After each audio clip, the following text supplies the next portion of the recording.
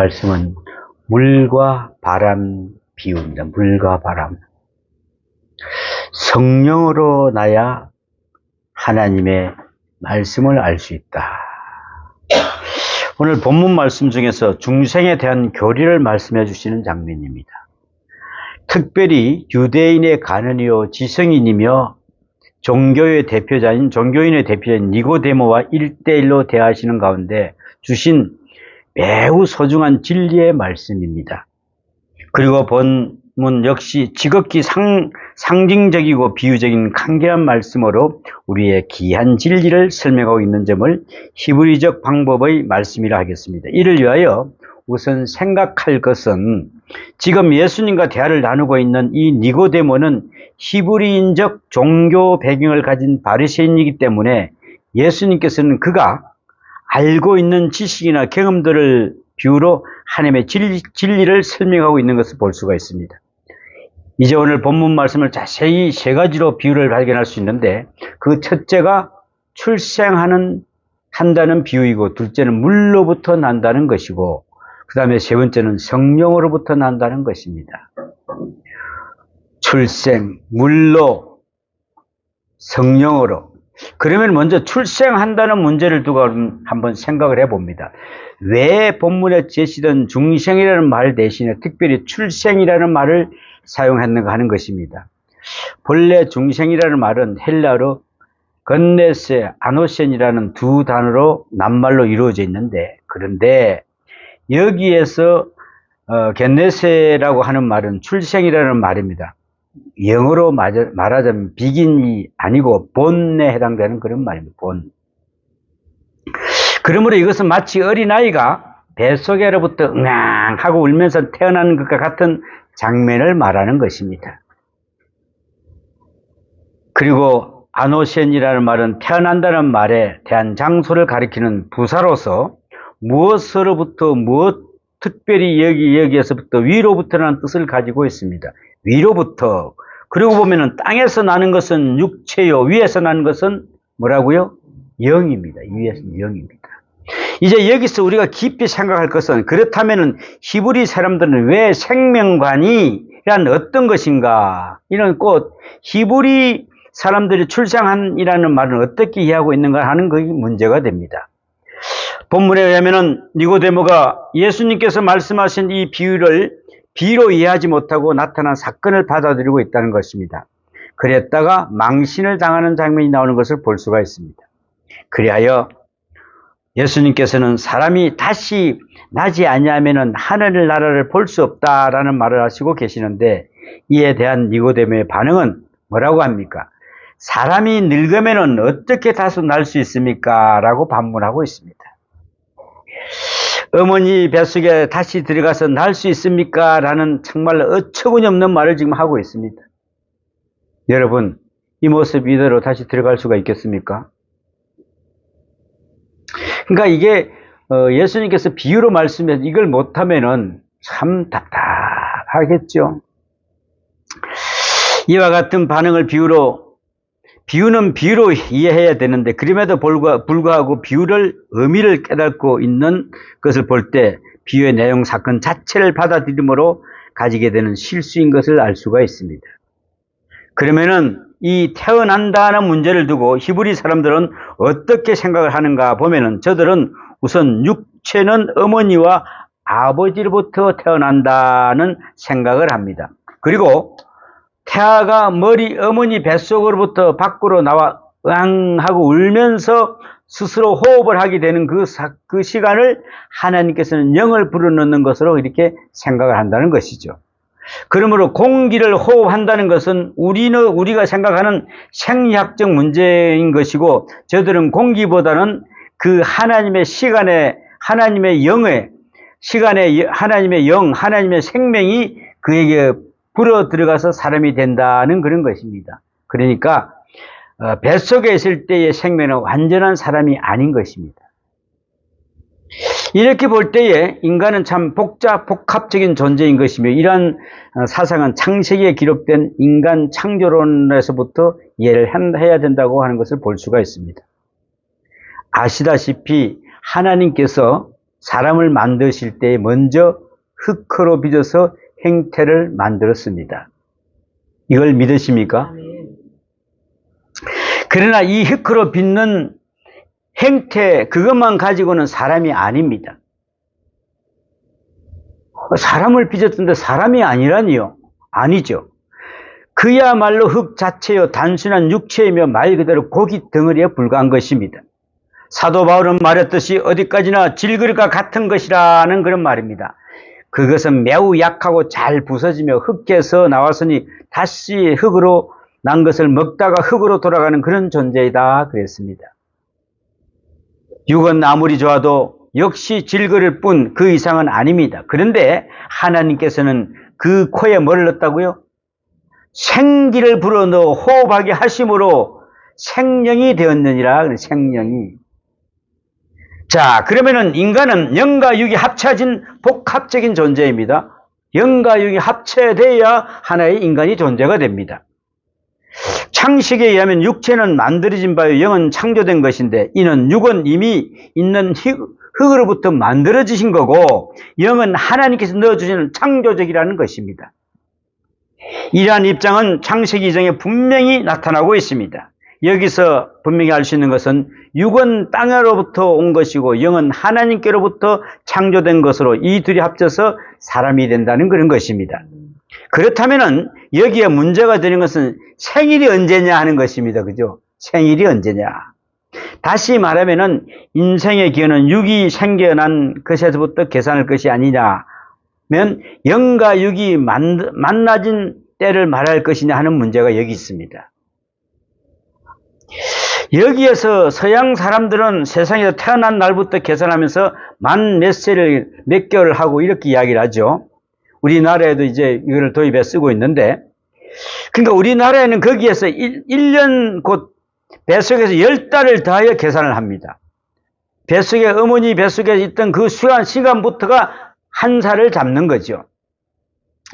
이것을 계산하면 지극히 육적인 데가 있는 것으로 보여지는 문제이기도 합니다만은, 지금은 뭐 우리가 이제 한 살씩 잘못하면 3살까지도 깎입니다. 그죠? 생일을 지으면은 한 3살까지도 깎이는 그런 적이었는데, 참 그거는 좋은 방법 같기도 해요. 나이가 줄어드니까. 그렇죠? 분명히 알아야 될 것은 사람은 역시 영이 있어서 사람이라는 사실입니다. 영이 있어야. 영이 없는 몸은 죽은 몸인 것입니다. 그래서 여기서 살았다가 영혼이 떠나게 되면 그때부터는 말 그대로 육체만 남는 것입니다. 육체만.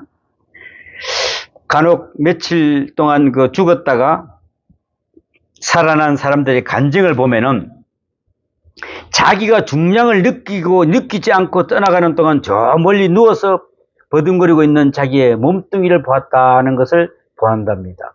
아, 내가 떠나서 내 몸뚱이가 육체 움직이는 그 자체를 보고 있다는 것을 알 수가 있습니다.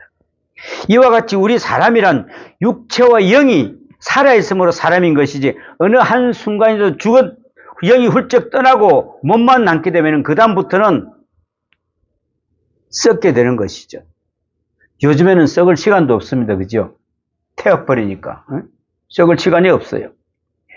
어느 순간에도 여기 훌쩍 떠나게 된다는 것입니다. 그래서 우리에게 있어서는 몸도 중요하고 영도 중요하지만 매우 분명한 것은 둘이 합쳐졌을 때에 인간이 된다. 둘이 합쳐졌을 때에. 그러면은 생명의 참된 기원은 육이 아니라 영이라는 사실을 우리는 분명히 알아야 합니다. 영혼이 없다면은 이것은 인간이 아닙니다. 생명이 없다면 그것은 고기 덩어리와 하나의 흙 덩어리에 지나지 않는다는 것입니다. 지금 예수님께서는 이와 같은 철저히 히브리적 생명관을 놓고 기정한 말씀을 지금 하고 계십니다. 그런데 이 영이 타락하고 병들어 버리면은 잠들어 버린 것이라는 것이죠. 도대체 있는지 없는지조차도 알 수가 없게 되어 버렸습니다. 그러므로 다시 말하면은 플러스 알파인 성령의 역사가 나타나야 된다는 것입니다. 바꾸어 말하면은 인간과 하나님의 영이 함께 함으로써 그리스도인이 되고 하나님의 자녀가 된다는 것입니다. 고린도전서 12장 3절에 보니까, 그러므로 너희가 내게 너희에게 알게 하노니 하나님의 영으로 말하는 자는 누구든지 예수를 저주할 자를 하지 아니하고 또 성령으로 아니하고는 누구든지 예수를 주라 시인할 수 없느니라 그랬습니다. 성령으로 아니하게는 내가 주님이라 부를 수가 없다는 것을 분명히 말씀해 주고 있습니다. 또 말씀하십니다. 로마서 8장 9절에는 누구든지 그리스도의 영이 없으면 그리스도의 사람이 아니라고 했습니다. 이와 같이 우리는 그리스도의 영으로 있음으로써 비로소 우리의 영을 재생할 수 있다는 것입니다. 하나님의 자녀가 된다는 것입니다. 그래서 재창조의 역사가 이루어지게 됩니다. 이런 의미에서 예수님께서는 니고데모를 향해서 말합니다.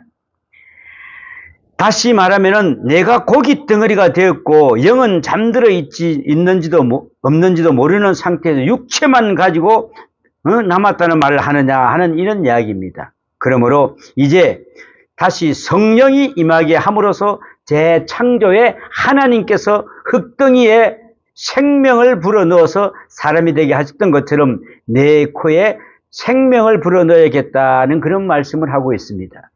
여러분, 지금 앞으로 우리 의사지망 우리 지혜 씨가 저기 와 있는데 이거 이야기하면 이거 목사님 이거 영이 있다라고 의사의 말이 안 될 수도 있는데 이거는 진실입니다. 우리가 보면은 그렇지 않습니까? 생명 말 그대로 영이 떠나면은 말 그대로 고기 덩어리에 불과한 것입니다. 우리가 인공호흡을 아무리 한다고 그 사람이 다시 살아날 리가 없습니다. 그러니까 예수께서는 뭐라고 합니까? 출생이라는 시간의 신기원을 비로해서 우리의 영적 생명의 신기원을 설명하고 있는 것을 알 수가 있습니다. 따라서 여기에 말하는 출생의 새로운 기원이란 지난날의 모든 생명을 부정하는 의미가 있습니다. 그리고 한 가지 분명한 것은 성령의 역사가 있음을 비로소 하나님의 자녀로서의 인생이 시작된다는 그런 사실을 말씀해 주고 있습니다. 그러므로 그날이 바로 우리 생일날이 되는 것입니다. 그날로부터가 사실상 나로서의 진정한 사는 일이 시작되는 것입니다. 그래서 기존까지는 인생은 인생이 아니라 죽어서 꿈틀거리며 발아가는 것에 지나지 않음을 의미하는 것입니다. 자, 우리가 이게 무슨 말이냐면은 세례를 받고 성부와 성자와 성령의 이름으로 세례를 받고 내가 하나님 믿는다고 구원의 역사가 확신했을 때 그때부터 우리가 제대로 출생한 자라고 이야기한다는 것입니다. 창세기 6장 3절에도 보면은 여호와께서 이르시되 나의 영이 영원히 사람과 함께 하지 아니하리니 이는 그들이 육신이 됨이라. 그러나 그들은 120년이 되리라 하시니라 그랬습니다. 그들의 육신이 됨이라. 그러니까 창세기 때에 노아의 방주 때에 그 사람을 왜 쓸어버렸겠어요? 말 그대로 하나님의 입장으로 볼 때는 그 사람 그냥 하나의 진흙덩어리 아니고 고깃덩어리에 불과했던 것을 알 수가 있습니다. 그 사람은 왜 영이 없었으니까요. 이는 사람이 몸도 있고 영도 있어서 다니는 것 같지만은 사실상 그 영은 떠나버리고 고깃덩어리만 남아있는 육체가 되었다는 그런 말씀을 지금 하고 있습니다. 그 결과 하나님께서는 홍수로 그들을 완전히 쓸어버리지 않습니까? 그렇죠. 언뜻 생각하면은 산 사람을 죽인 것 같지만은 하나님의 입장에서는 이미 죽은 사람들입니다. 죽어 있는 사람들을 말 그대로 청소한 겁니다. 청소. 그러므로 다시 말하면 신령한 안목으로 보는 출생 혹은 생명, 이것이라는 것은 그리스도의 영이 있음을 생명이요 사람이며 하나님의 자녀가 된다는 것이다 그랬습니다. 그리스도의 영이 우리가 없으면은 말 그대로 하나님의 자녀가 아니라는 것을 분명히 말씀해 주고 있습니다. 이는 오늘도 마찬가지입니다. 하나님의 영이 함께하지 않을 때는 그 사람이 아닌 한갓 육체로서의 참으로 무서운 인간이 되는 것을 볼 수가 있습니다. 공산당들이 하는 그 짓을 보면은 완전히 사람이 아니랍니다. 또 하나에 보면은 유대인들을 600만 명이나 죽인 누구죠? 히틀러. 사람이 아니죠. 이 사람들은 그냥 사람을 자기의 그냥 하나의 도구로 사용하고 있습니다. 지금 현재 이북도 그랬답니다. 뭐라 그러냐면은 그 사람들이 얼마나 잔인한 동물도 그렇게 악할 수는 없는 것이다. 그렇게 이야기를 합니다. 악마가 있다면 바로 거기서 악마일 것이다 그랬습니다. 북한에서 있다고 온 사람들이 그런 이야기를 겪으면서 사람이 악해지기로 들면은 이렇게 하는구나 하는 생각에서 괴로워서 잠을 잘 수가 없더라는 것이죠. 한국을 탈출하고 한 번 더 잡혀간 그 사람들은 정말 사람 대우를 받을 수가 없답니다. 밥도 주는 것도 아니랍니다. 그러니까 얼마나 악한지요. 근데 여자분들은 더하답니다. 응? 그 못된 짐승들 같은 그 사람들 다 짓밟히고 엄청난 고난을 받고 있다는 것을 볼 수가 있습니다.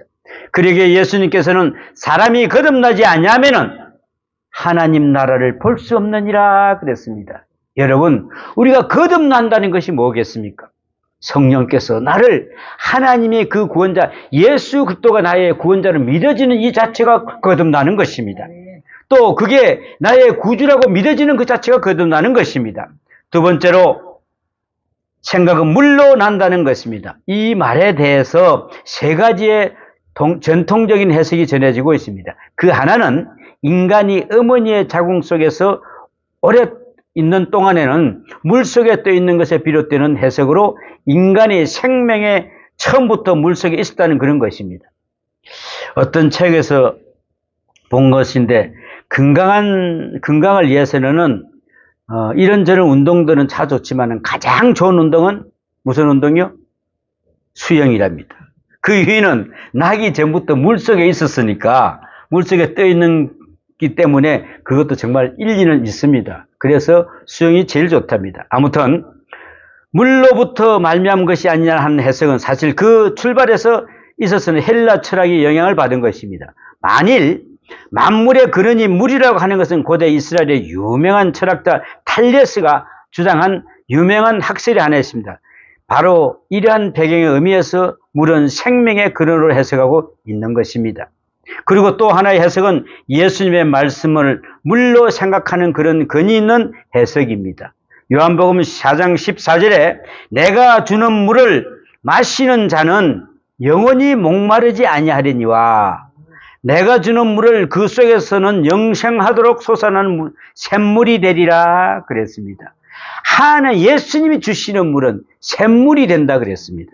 여러분, 우리의 샘물은 늘 말씀에서 솟아나는 것입니다. 그래서 우리가 거듭나는 것입니다. 예수님의 말씀 자체를 생수에 비교하신 그런 것입니다. 그렇다면은 여기서 물로 난다는 말씀은 말씀을 듣고 말씀으로 말미암아 태어난다는 것을 의미하는 것이 아니겠느냐 하는 해석이 됩니다. 그러다 보니 신빙성이 있는 해석은 요한이 세례를 뜻하는 것으로 보는 해석입니다. 본래 이방 사람들이 개종을 해서 이스라엘 그 사람이 될 때까지는 두 가지 예식이 전해진다고 이야기를 합니다. 그 하나는 할례로서 이것을 어떤 의미에서 성전 안에서 되지는 것이기 때문에 비밀을 요합니다. 할례 받을 때는 그 아이들을 갖다가 분명히 성전 안에서 시켰습니다. 집에서 시키지를 않았습니다. 그러다 보니까 공개할 수가 없는 비밀이었습니다.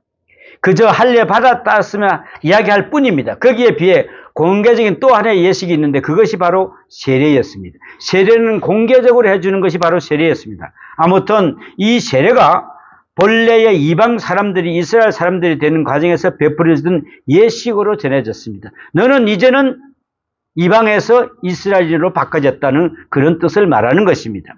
그런데 세례 요한은 유대 사람에게 또 세례를 주었고 또 그것이 거짓 이스라엘 사람들은 참 이스라엘 사람들을 만드는 것이며 자연인이 보통 이스라엘 사람을 그리스도의 백성으로 하나님의 백성을 만드는 예식이 바로 세례였다는 것입니다. 그런 의미에서 어디까지나 하나님의 참 백성이 되는 표식이 되었다는 것입니다. 보다 세밀한 의미로 죄를 씻는 표식이 됩니다. 내가 이제 예수님께서 성부와 성자와 성령으로 거듭나는 것은 내 모든 죄를 깨끗이 씻고 그리스도인이 완전히 됐다는 것을 의미하는 것이 바로 세례입니다. 그러면 왜 하필이면 물이라고 할 때 이 이유는 물은 어떻게 하죠? 더러운 것을 씻어주기 때문에 그렇습니다. 죄를 씻는다는 의미에서 세례를 말하고 물을 말하고 있는 것을 알 수가 있습니다. 여러분, 우리가 어디 가서 무슨 왜 세례를 받았느냐? 내가 세례를 받을 때는 내 죄를 깨끗이 씻음을 당했기 때문에 받았습니다. 그래서 나는 구원받은 자입니다. 그래서 나는 하나님의 자녀입니다라고 고백할 수가 있는 것입니다. 에베소서 5장 26절에도 이는 물로 씻어 말씀으로 깨끗하게 하사 거룩하게 하시고라고 말씀하십니다. 물로 씻어 말씀으로 깨끗이 하신다. 본래 세례를 준다는 말은 헬라의 원어인 바티조라는 말을 잠근다는 의미에서 강한 말입니다. 근데 그래서 우리가 침례한다 그러면 잠근는다, 물에 집어넣는다 이런 뜻입니다. 그래서 침례한다 이야기를 합니다. 그러니까 옛 사람들은 완전히 죽어 물속에서 장사를 치른다는 그런 것이 뜻이 됩니다. 너는 물에 들어갔으니까 죽고 나왔으니까 살았다 이런 뜻이 됩니다. 우리는 회개와 함께 우리의 옛 사람인 교만한 마음과 그 인격과 완전히 수장되어 버려야 한다는 것입니다.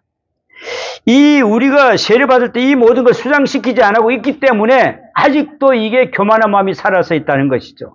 늘 어디 가서 내가 이랬던 사람이야. 내가를 내세운다는 것입니다. 특별히 이 물로 난다는 말은 할 때는 강조해야 하는 것은 공중 앞에서 행하져야 한다. 그래서 세례를 꼭 할 때는 우리가 성탄절이나 부활주일이나 추수감사절이나 사람들이 많이 모이는 데서 꼭 세례를 베푸는 이유가 바로 거기서 그랬습니다. 세례란 나는 예수 믿는 사람이다라는 그런 뜻입니다. 나는 이제 예수 믿는 사람이요. 예수를 나의 구주로 영접한 사람이다.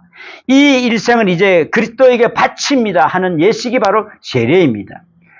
예수님이 친히 말씀하십니다. 뭐라고 하십니까? 마태복음 10장 33절에 뭐라고 하시냐면은 누구든지 사람 앞에서 나를 부인하면은 나도 하늘에 계신 내 아버지 앞에서 그를 부인하리라 그랬습니다.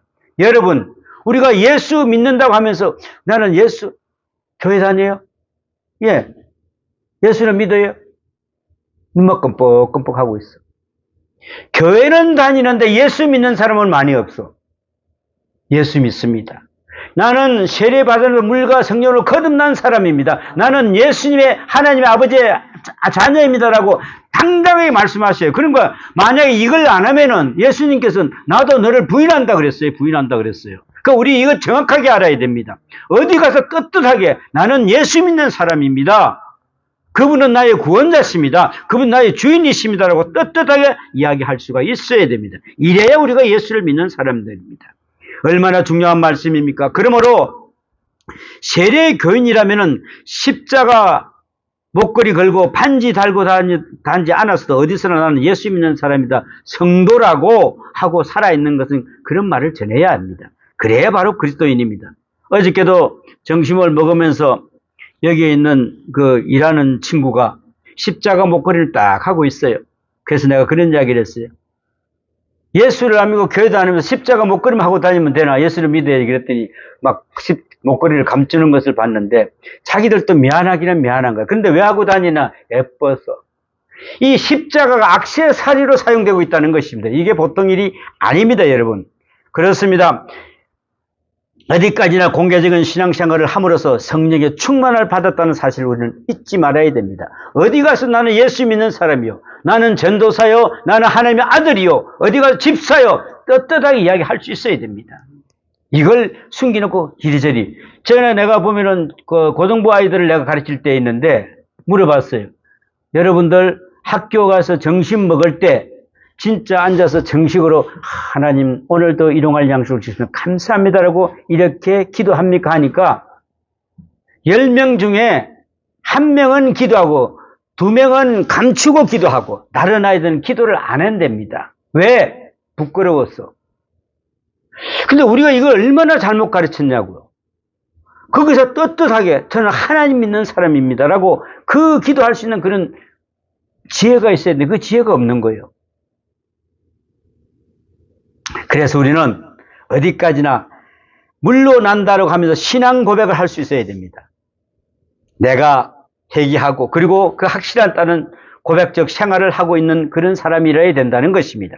그리고 세 번째로 생각할 것은 성령으로 난다는 말씀입니다. 이 성령이라는 말은 바로 바람이라는 뜻을 가지고 있습니다. 그렇기 때문에 8절에 기록된 바람이 임의로 불며 할 때, 임의로 불며 그 바람의 말이는 푸뉴마라고 같은 단어를 쓰여주기인데 여기서 한 가지 기억할 것은 우리는 쉽게 신이라는 말을 씁니다. 신, 그죠?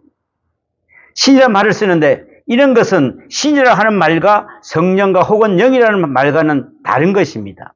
성령이란 본래 언어적으로는 바람이라는 뜻의 말입니다. 바람. 물론 이것은 어디까지나 상징적인 것일 뿐 하나님의 영 자체가 바람이라는 뜻은 아닙니다. 그저 우리가 가장 가깝게 쓸 수 있는 용어가 바로 그것밖에 없기 때문에 쓰는 것입니다. 그러면 왜 굳이 바람이란 말을 사용하는가 할 때에 그것은 첫째, 바람은 생명적 신비성이 있기 때문에 그렇습니다. 여기에서 말하는 바람이란 동풍과 서풍과 혹은 태풍이라는 하는 식의 바람을 자체를 두고 하는 이야기가 아닙니다. 본래 바람은 신비적인 또는 의미 있는 호흡, 곧 숨을 쉬는 것에 있다는 것입니다. 그래서 우리의 육체는 숨을 쉬어야 살 수가 있습니다. 그죠? 요즘에는 의학이 하도 발달한 탓으로 숨이 끊어지고 맥박이 멎는 다음에도 산소 호흡이다, 약물 투여해서 다시 심장이 뛰고 하여 며칠씩 또 연장을 하가는 그런 것을 볼 수가 있는데 죽는 시간이 모호해질 수뿐이 없는 것입니다. 그때 죽었는데 심장이 또 뛰니까 또 살았다고 보는 거죠. 그렇습니다. 하지만은 일반적인 견해는 2000년 전인 당시로 가서는요, 그때 돌아가면 숨이 끊어지면 죽는 것입니다.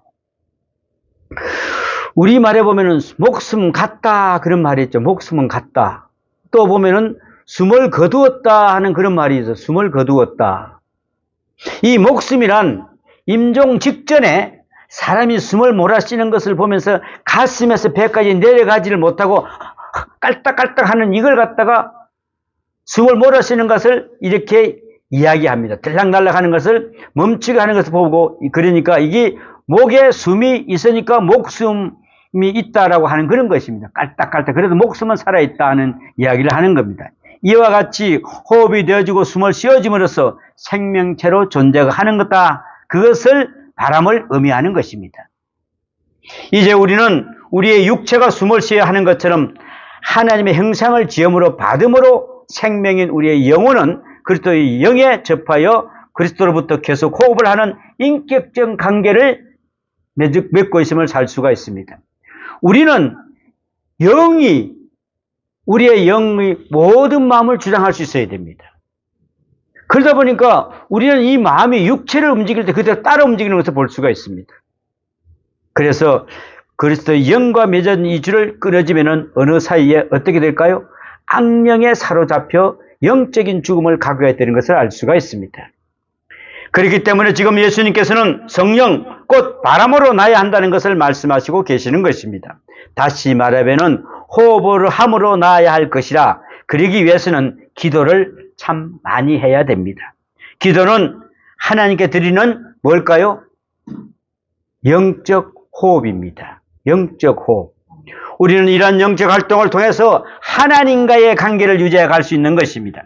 바로 이런 점에서 바람의 신비로움을 말하고 있는 것입니다. 또한 이 바람은 의식, 이전의 이루어짐을 가지고 있다는데 그 사용의 의미가 있습니다. 오늘 본문에서도 바람이 임의를 불며 내가 그 소리를 들었어도 어디서 오며 어디로 가는지 알지 못하나니라고 말씀하고 있습니다. 여러분, 지금 현재 바람이 와서 어디로 가는지 우리가 어떻게 압니까? 왜 지금 선풍기를 돌립니까? 바람이 있다고 생각해서 선풍기를 돌리는 거 아니겠습니까? 그래야 가는 거죠. 이와 같이 어디서 와서 어디로 가는지를 모르면서 우리는 그걸 믿지 않는다는 것을 볼 수가 있습니다. 그래서 그건 분명히 한 가지 알아야 되는 것은 이러한 형식이 의식 기준에 이루어진다는 사실입니다. 이것을 참으로 신비로운 것입니다. 그러기에 예수님께서는 성령으로 난 사람은 다 이러하니라 그랬습니다. 바람이 임의로 불어 그야말로 어느 사이에 이루어졌는지를 그 역사를 알 수가 없는 것이라는 그런 말입니다. 그래서 바람은 보이지 않기 때문에 그렇습니다. 보이지 않으면서도 역사가 있고 그 증거가 나타납니다. 나무가지가 흔들리고 낙엽이 굴려간다는 것이 바로 그것입니다. 우리가 성령의 자체를 우리의 육체적 감각으로 감지할 수는 없습니다. 그러나 성령은 눈으로 보는 것도 아니요 귀로 듣는 것도 아니며 손으로 만지는 것도 아닙니다. 그러나 그 역사는 참으로 강하게 역사되어서 각 사람의 마음을 움직이고 인격을 움직이고 뜻을 움직여 하나님의 놀라운 역사를 이루어 나간다는 것을 볼 수가 있습니다. 우리 육체의 오간을 감지할 수 있는 성격의 것이며 그것이 아니면서도 이루어 나가는 것이 바로 역사, 이것은 생명의 바로 능력입니다. 그리고 거룩하게 하는 역사요, 영화롭게 하는 역사며 믿음과 소망, 사랑을 주는 말로 닿을 수 없는 신비한 역사를 지니고 있습니다. 그 때문에 저는 그런 생각을 해보곤 합니다. 가끔 이유 없이 슬플 때가 있어요. 그죠? 이유 없이 슬플 때가 있어. 성령이 나 안에서 역사할 때는 이유 없이 기쁠 때가 있습니다. 그냥 아무것도 좋은 것도 없는데 왜 그리 기쁜지 혼자서 팔짝팔짝 뛸 때가 있어. 응? 그리하여 누군가가 무슨 좋은 일이 있느냐 물어보면 특별히 대답할 말도 없으면서 뭐라고 하는 줄 아세요? 좋은 일이 있습니다 라고 이렇게 이야기합니다. 여러분, 오늘도 좋은 일이 있으시기를 바랍니다. 늘 좋은 일이 있어야 됩니다. 바로 이러한 것을 비유해서 예수님께서는 성령을 바람으로 비유하고 계시는 것입니다. 이 성령은 보이지 않으나 있으면서 그리고 항상 생명의 역사로 존재하고 있는 것입니다. 그러기에 예수님께서는 중생의 생명의 신비로운 역사를 보면서 이것이 바로 출생이다 그랬습니다. 물로 난다, 바람으로 난다는 비유를 통해서 말씀하신 것입니다. 우리는 이제 이 셋을 종합해 봄으로써 예수님께서 말씀하시고자 하시는 재창조의 신비로운 역사가 무엇을 의미하는 것을 우리는 깊이 한번 생각해 봐야 됩니다. 예수님께서 우리의 재창조하실 때 어떤 모습으로 창조하실 것인가? 여러분, 육체이면서도 육체가 아닙니다. 그러나 영이면서도 먹을 것은 다 먹습니다. 그러나 영은 먹지를 못합니다. 이런 모습이 우리가 있을 때고 생각해 보십시오. 여러분, 그 생각 안 해보셨습니까? 저는 가끔 가다가 그런 생각을 해보면서 진짜 혼자서 깊어서 날뜁니다. 하나님 이런 생명을 주시다니요. 이 세상 어떤 사람들도 예수를 믿지 않는 사람은 그런 생명을 받을 수가 없습니다. 여러분, 예수 믿는 자만이 그걸 받을 수가 있습니다. 여러분, 이 세상에 뭘 느끼고 있습니까? 힘듭니까? 지쳤습니까? 오직 예수를 한 믿어 보십시오. 그분에게 의뢰해 보십시오. 하나님께서 우리의 모든 걸 알고 계신 하나님, 그 안에서 다 이루어질 줄 믿습니다. 오늘도 여러분도 재창조의 신비의 역사가 나타나기를 축원합니다. 기도합니다. 아버지 하나님, 예수님께서 생명의 신비로움을 역사라고 출생이라고 하려 했습니다. 물로 난다, 바람으로 난다, 이 모든 것을 비유를 통해 말씀하신 이것을 우리가 봄으로써 예수님께서 말씀하시고 하시는 재창조의 신비로운 역사가 무엇임을 의미하는 것을 깊이 생각하여 주시옵소서. 아버지, 참으로 강하게 역사하시는 사람들의 마음을 움직이고 인격을 움직이는 그 뜻을 움직여 하나님의 놀라운 역사가 오늘도 일어나게 하여 주시옵소서. 이제 우리가 일주일 동안 주님 가운데서 살면서 우리의 모든 것을 주님께 맡기는 복된 삶이 되게 도와주시옵소서. 믿음과 소망과 사랑을 늘 간직하는 아름다운 성도들이 되게 도와줄 믿사옵고 우리를 구원하신 예수님 이름으로 기도하옵나이다. 아멘.